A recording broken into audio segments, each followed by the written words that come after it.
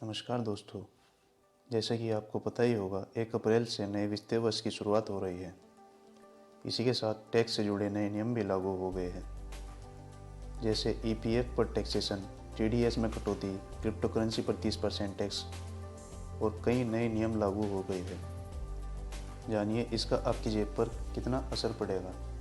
ITR भरने का नियम। 1 अप्रैल से अब आईटीआर भरने की प्रणाली में नया नियम शामिल होगा। जैसे कि अगर किसी करदाता से आईटीआर भरने में कोई गलती हो जाती है या कमी रहती है, तो उसे अपने इनकम टैक्स रिटर्न को सही करने के लिए एक और मौका दिया जाएगा। आयकर भरने वाले व्यक्ति को अब 2 साल का समय दिया जाएगा। वो चालू वर्ष के अलावा अगले साल भी आईटीआर भर सकता है। क्रिप्टो करेंसी पर लगेगा 30% टैक्स। 1 अप्रैल से क्रिप्टो करेंसी पर होने वाले लाभ पर 30% का टैक्स लगाया जाएगा। इसमें अगर कोई किसी को गिफ्ट के तौर पर क्रिप्टो करेंसी देता है तो यह भी इसी में शामिल होगा। ईपीएफ अकाउंट पर लगेगा टैक्स।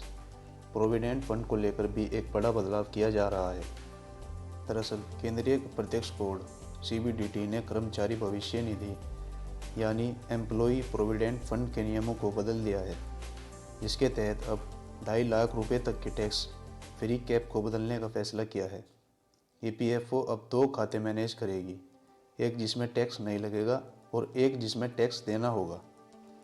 लॉन्ग टर्म कैपिटल लाभ में बढ़ेगा सरचार्ज। फिलहाल इक्विटी और म्यूचुअल फंड को बेचने में जितना भी फायदा होता है, उस पर ज़्यादा से ज़्यादा 15% का सरचार्ज लगता है, लेकिन अब इसमें बदलाव कर दिया गया है, यानी अब सभी संपत्ति पर सरचार्ज लागू किया जाएगा।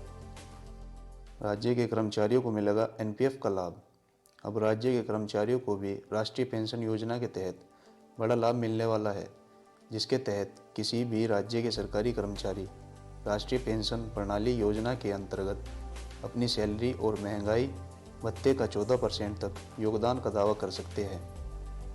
यह अब केंद्र सरकार के कर्मचारियों को मिलने वाली कटौती के समान होगा।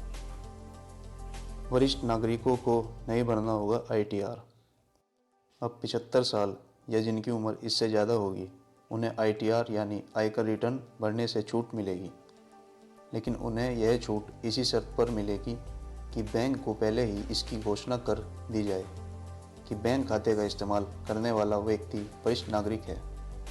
बिना केवाईसी बैंक खाते पर लगेगी रोक। 1 अप्रैल से उन लोगों की मुसीबतें बढ़ने वाली है जिन्होंने अपने बैंक खातों की केवाईसी अभी तक नहीं करवाई है। ऐसे खाते जिनका केवाईसी नहीं हुआ है, वो अब बैंक खाते का संचालन नहीं कर सकेंगे। जैसे उनको पैसा जमा करने पर और निकालने पर रोक लगा दी जाएगी। होम लोन कटौती के लाभ को हटाया जाएगा। वित्त मंत्री निर्मला सीतारमण ने होम लोन के नाम पर जो अतिरिक्त कटौती होती थी, तो उसको हटा दिया है।